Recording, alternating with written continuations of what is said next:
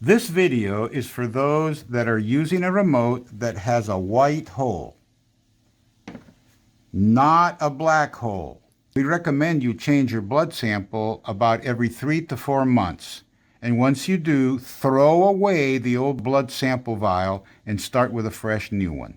What you're going to get from us has 5 foam swabs, 5 plastic vials inside another little Ziploc bag, and the 5 single-use lancets. I have the wooden base that comes with our systems. I've placed a little plastic vial inside the hole. I've got the little foam swab ready there. The single-use lancet. My grain alcohol, the wood base, and the dropper bottle come as a little kit from us. We can't ship grain alcohol, so you're going to have to get it locally. Regarding which types of alcohol that are suitable to preserve your DNA sample, please go to our website, viaDNAremote.com. Select the 5-pack 6mm vial kit, scroll down a little bit, and click on Info. And here's the link for preserving DNA samples. This will open up a new page in your browser, and here you can read about the types of alcohols that are suitable. You can also download this. It's a PDF file. Before pricking your finger, we don't recommend wiping your finger with alcohol before lancing because alcohol is an astringent which actually tightens the skin and makes obtaining a blood sample more difficult. Instead, just wash your hands with soap and water beforehand. You want to have the right pair of scissors or shears ready ahead of time so that after you've used the swab to collect the blood off of your finger, you'll be able to cut this without a problem. So we're going to check the type of scissors that will work and ones that won't work. Medical scissors, you can see this really cuts it without a problem. Same thing with kitchen shears. You can test it. I want you to test it in advance. Just make sure you can cut it with the ones you're going to use. This is wire cutters, and of course that works perfectly. The ones that won't work are these two. These are regular scissors you cut paper with. This will not cut it, so don't use regular scissors. I tried this too. These will not cut it. So just check it in advance and just have it ready. And then I also have some permanent ink markers because I'm going to mark the top of the vial to identify that it's me. Usually Lorraine likes blue and I like red. Okay, that way we don't mix our DNA up.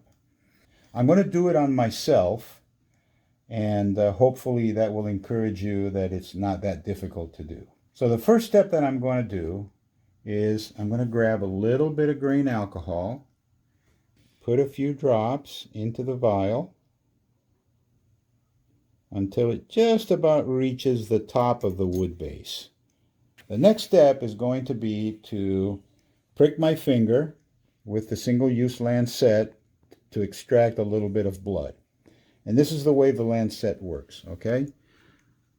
I grab the little gray part here, the little gray tab, and I turn it a couple of times and it'll pop out. Did you see how it popped out? I'll turn it a few more times and I'll pull it out, okay? And now the lancet is ready to use, okay? You can see the little rough edges, the little dimples, okay? That's going to trick my brain into not feeling the prick as bad. Use this finger, right? Because it's easier for me to do it when I'm doing it on myself.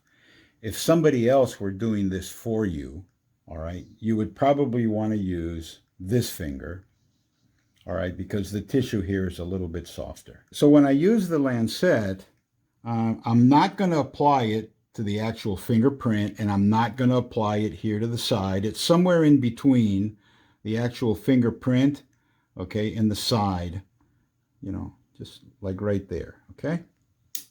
Oh, I pushed on the little lever. All right, so I got the blood coming out. And I'm going to soak it up with the foam swab. And I'm going to make sure that I drench the foam swab completely with blood. Okay, I'm going to make sure it's nice and wet. Now I'm going to insert the swab into the vial. I'm going to push it all the way down to the bottom, and I'm going to push with a little bit of force. I'm going to clean my finger here. You're not going to pull this out, but I'm going to show you here what it looks like. That's the swab at the very bottom of the vial. Okay, and there's a little bit of grain alcohol that's come up about halfway. All right, and I'm going to cut the little handle of the swab off with the cutter. Okay, and there we go. And the swab might want to come back up again, as you can see there. What we're going to do is we're going to put a little bit more alcohol. You can see how it's filling up there. I just put the little extra drops on the little swab handle itself until it's almost full. Then I'm going to hold the swab up against the wood base. I'm going to grab the little flip top cap and I'm going to press it down, and we're done. And that's what it looks like. The tip of the swab is at the bottom with the blood. There's grain alcohol in the top part of the vial, which is going to preserve the blood here. We recommend that you use a vial like this for about 3 or 4 months. It will last up to 6 months.